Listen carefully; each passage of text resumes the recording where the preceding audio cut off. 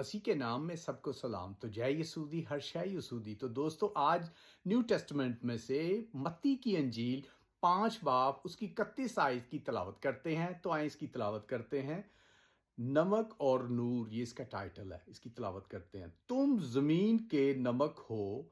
अगर नमक का मजा जाता रहे तो वो किस चीज से नमकीन किया जाएगा? फिर वो किसी काम का नहीं, स्वाय इसके बाहर फेंका जाए और आदमियों के पांव के नीचे रोंदा जाए। पाक कलाम को पढ़े और सुने जाने पे खुदावंद आसमानी बाप की खास बरकत हो।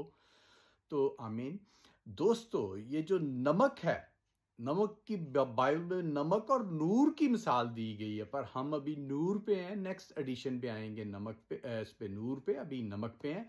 तो नमक जो दोस्तों हर चीज को नमकीन करता है। और जैसे दुनिया में रहते हुए दुनियाई और रूहानी बातें उनमें कुछ डिफरेंट होता है, तो उसको हम दोनों चीजों को पेश करते हैं। दुनिया में रहते हुए दुनिया को नमक का मजा लग गया है।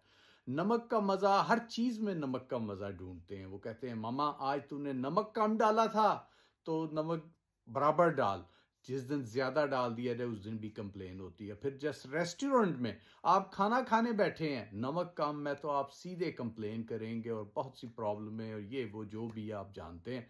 तो दोस्तों, इसी तरह बाइबल की मिसाल आ जाती है कि नमक की जो मिसाल दी गई है।